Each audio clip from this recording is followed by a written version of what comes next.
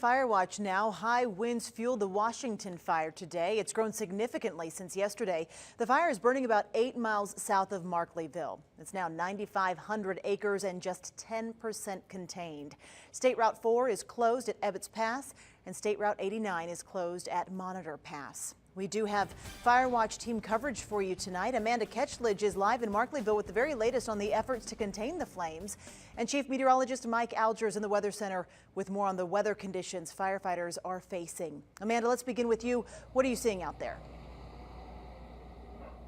Well, Kristen, as you mentioned, fire officials have said that the fire has grown significantly in these last couple of days, but today hasn't been as active as yesterday with those high winds, but they're still telling residents that they should be ready to leave if the fire takes a turn for the worse.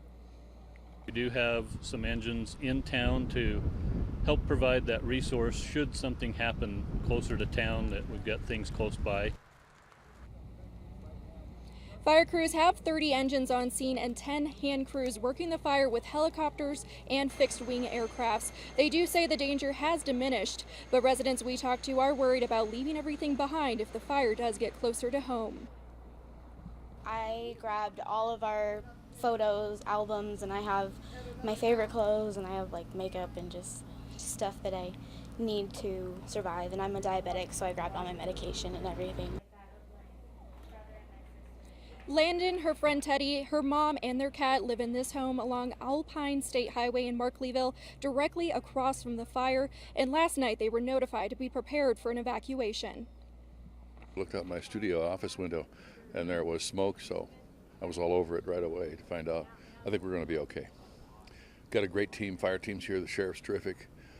They came by last night to warn us and did the evac situation, so everybody's still on standby.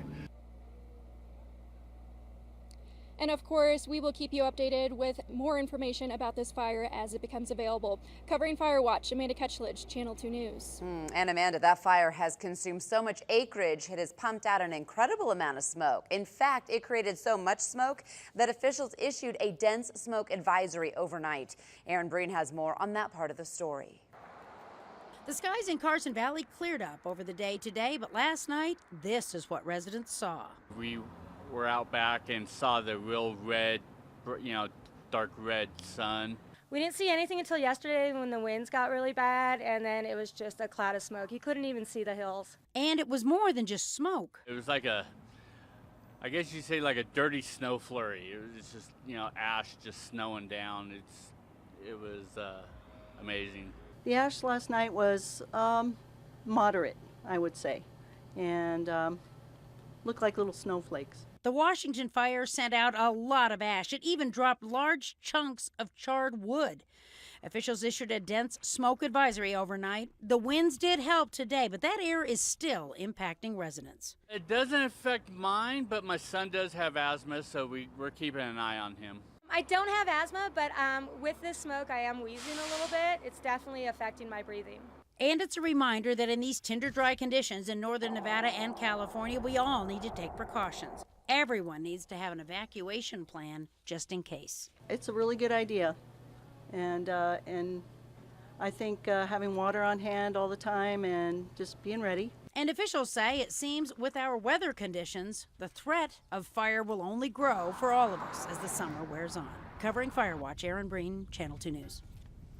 So will there be a shift in the winds later this week to help change the direction of the smoke? For that, let's go to the Weather Center. Mike, how's it looking? Well, it's not looking as bad as it could be. Now, it is much improved from yesterday. Obviously, we had fairly strong winds all across the western part of the state and the Sierra here yesterday afternoon. Gusts are in excess of 30 miles per hour and constant winds well in excess of 20 miles per hour. Now, we are seeing a slight change perhaps coming up in the next 24. This is a live picture looking about as far south as we can here from looking down the southwest. You can see it's a little hazy out there over Lake Tahoe, but not as bad as it could be. And again, that heaviest smoke probably down into the southern part of Douglas County, Smith and Mason Valley here, And as we look at the position of the fire right now, you can see it is down south of Barclayville along Highway 4 there and just about getting up to Highway 89 over Monitor Pass. The overall upper level flow right now is kind of out of the southwest. They're not real strong, but certainly that's where the most dense smoke is